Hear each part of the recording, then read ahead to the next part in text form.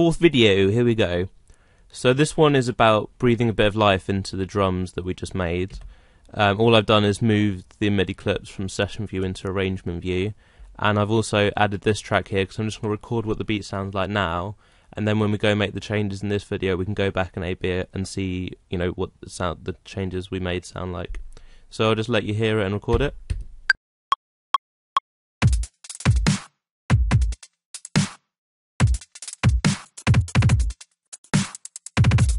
No bad, but definitely kind of a bit lacking. Normally my first port of call when it comes to giving drums some depth and some life is with reverb. The reason for that is that reverb can be used to create distance in a mix. So if I use the example of, if you had a drum here and you were standing here, you would be hearing more of the drum than you would the room, seeing as the room's obviously, you know, the drum's closer to you than the sound of the room is. The further back you move the drum in the room, the more of the room's reverb you hear. And we can simulate this in our project by turning the amount of reverb up, which essentially moves the drum backward. So, because this loop sounds a bit too it opens up a little bit too much in the stereo field, and it's a bit too distracting, I'm going to use reverb on that to kind of take it back a little bit. So there's a few really important sections when it comes to Ableton's reverb. Firstly, the diffusion network. Diffusion is how reflective the room is, so how thick the reverb is going to sound. You want it to sound a little bit thin, so I'm just going to take it down a tiny bit. And that's because obviously the thinner it sounds, the further back in the mix it's going to go. The diffusion network is sort of the EQ of the reflection of the room. You don't want a lot of the bottom end because it's just going to create mud and, you know, nastiness. So, and pre-delay is the amount of time it takes from when the dry sound hits to when the reverb sound comes in. And because this is for more of a mixing effect than an actual sort of audio effect, you want to take the pre-delay down, because obviously it's going to be a bit confusing if, you know, drum hits and then reverb comes in after. So let's have a listen to what that sounds like. So the decay needs to come down. Shorten the loop a little bit.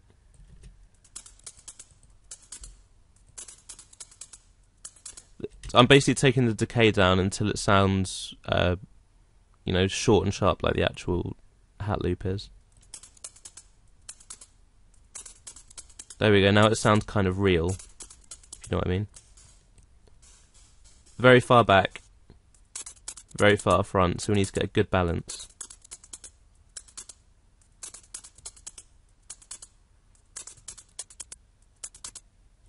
That sounds good.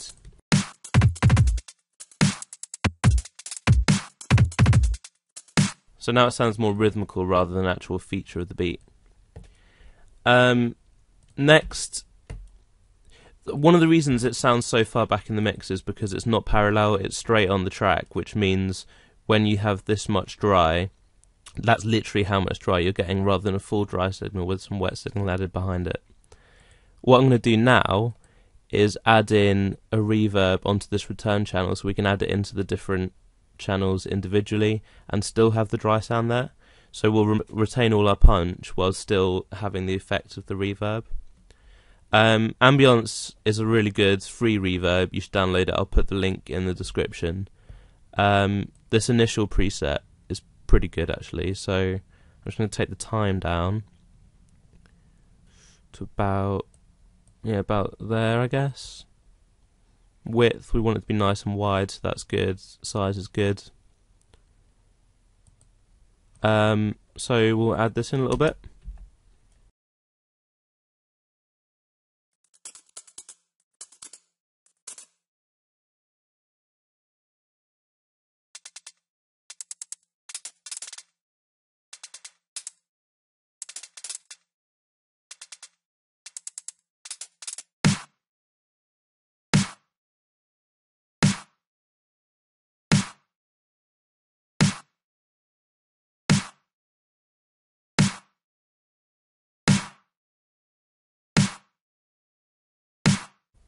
And we don't want it on the kick because that's why. Actually, no, I'm going to put a bit on the kick just to keep it uniformed. Right, so the beat before the ambience and the beat after the ambience.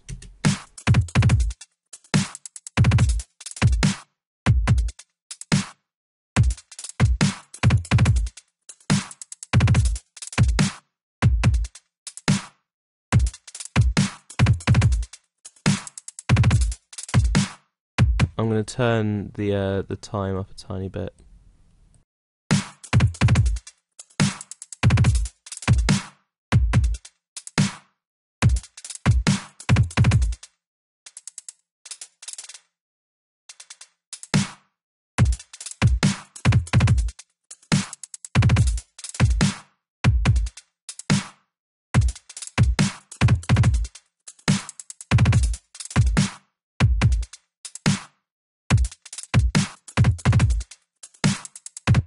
Yeah, it's much more depthy and much nicer.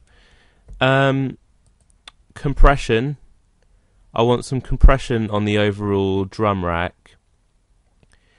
Actually, I mean, there's a lot of debate when it comes to whether you should have a compressor before or after an EQ, because obviously a compressor will take sort of the loudest part of the signal and the quietest part of the signal and bring them close together. That's basically what it does.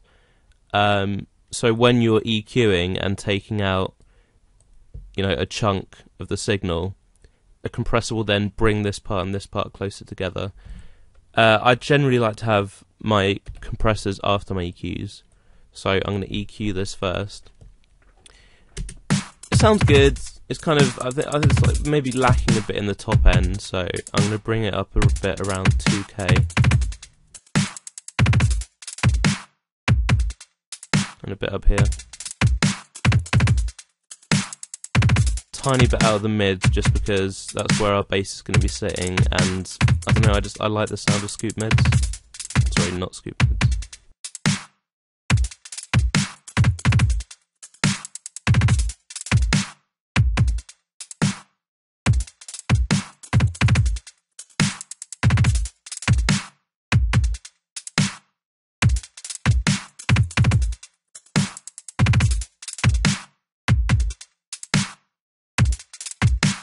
Cool.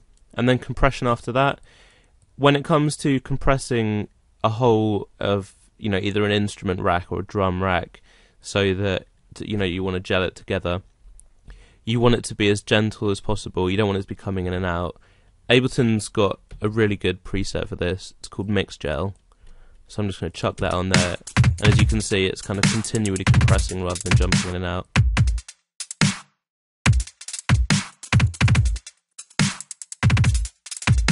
Just makes it sound a little bit more solid.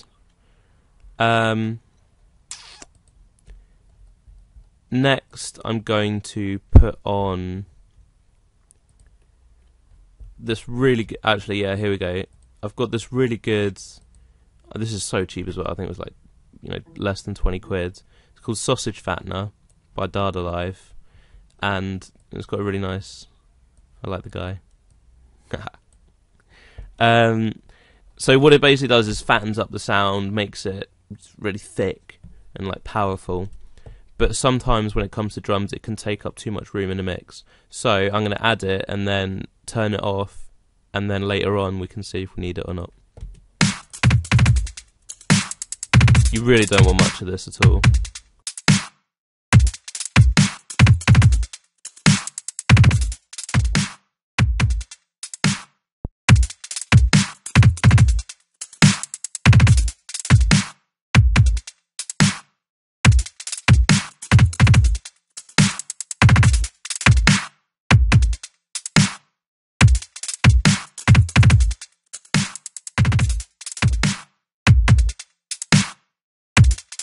The good thing about Sausage Fattener as well, it does not take up much headroom. So look, it's hitting at sort of -2 decibel there. Add it in. Well, it was actually hitting at -0.3. So then it's taking up like 0.2 decibel headroom, and it sounds so much fatter and better. So actually, I'm going to leave that in there because that sounds pretty banging. Banging. Don't know why I said that. Think, is that about it? Alright, well that's about it. So let's see what it sounds like before and after. Here we've got the before.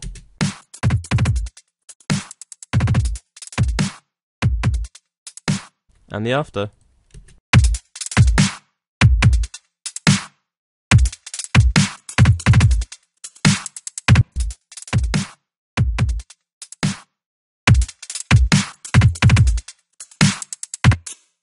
Awesome.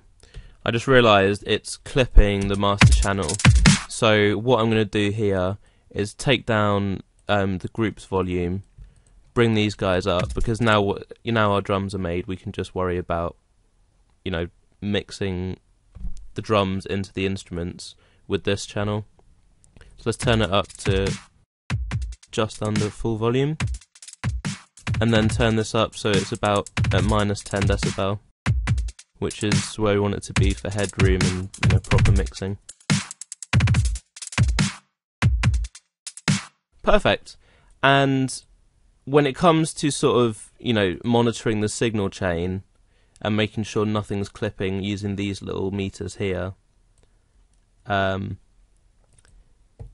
brilliant, because now the whole group isn't hitting much above where the master volume is, which is perfect for when we're mixing in the future.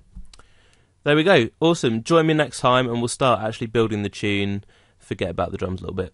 Cheers. Bye.